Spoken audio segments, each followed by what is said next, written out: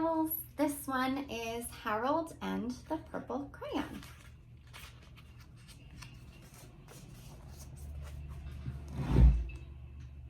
One evening, after thinking it over for some time, Harold decided to go for a walk in the moonlight. There wasn't any moon, and Harold needed a moon for a walk in the moonlight, and he needed something to walk on. He made a long, straight path so he wouldn't get lost, and he set off on his walk, taking his big purple crayon with him.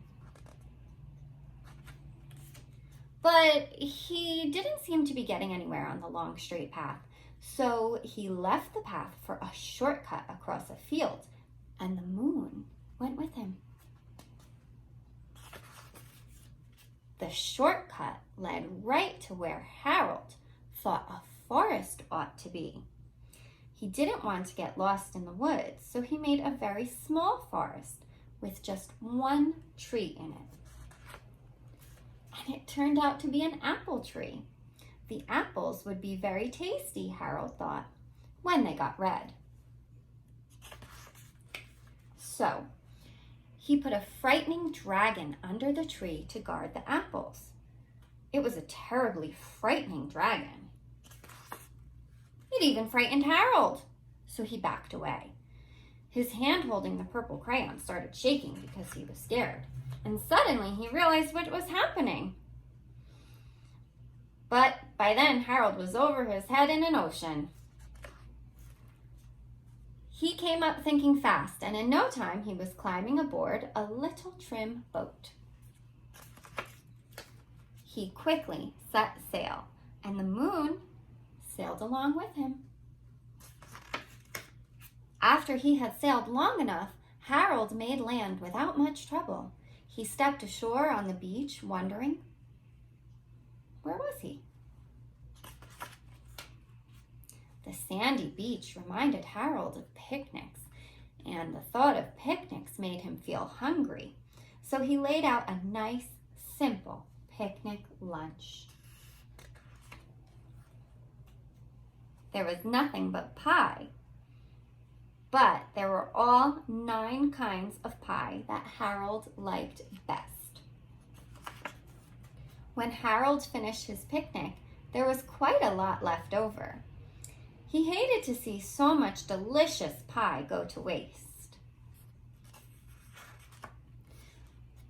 So Harold left a very hungry moose and a deserving porcupine to finish up all that pie. And off he went, looking for a hill to climb so that he could see where he was. Harold knew that the higher up he went, the further he would be able to see. So he decided to make the hill into a mountain. If he went high enough, he thought he would be able to see the window of his bedroom. He was tired, and he felt like he ought to be going to bed. He hoped he could see his bedroom window from the top of the mountain. But as he looked down over the other side, he slipped. And there wasn't any other side of the mountain. He was falling into thin air. But luckily, he kept his wits and his purple crayon. He made a balloon and he grabbed onto it. That was very smart of him. And then he made a basket under the balloon big enough to stand in. He had a fine view from the balloon, but he couldn't see his window. He couldn't even see a house. So he made a house with windows, and he landed the balloon on the grass in the front yard. But none of the windows was his window. He tried to think of where his window ought to be. He made some more windows, and he made a big building full of windows. He made lots and lots of buildings full of windows. He made a whole city full of windows. But none of the windows was his window, and he couldn't think of where it might be. So he decided to ask a policeman for help. The policeman pointed the way Harold was going anyway, but Harold thanked him.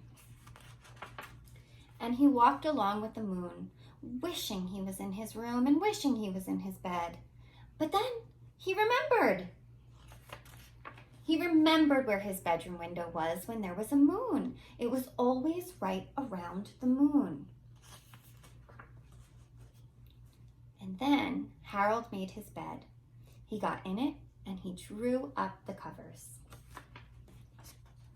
The purple crayon dropped on the floor and Harold dropped off to sleep. The end.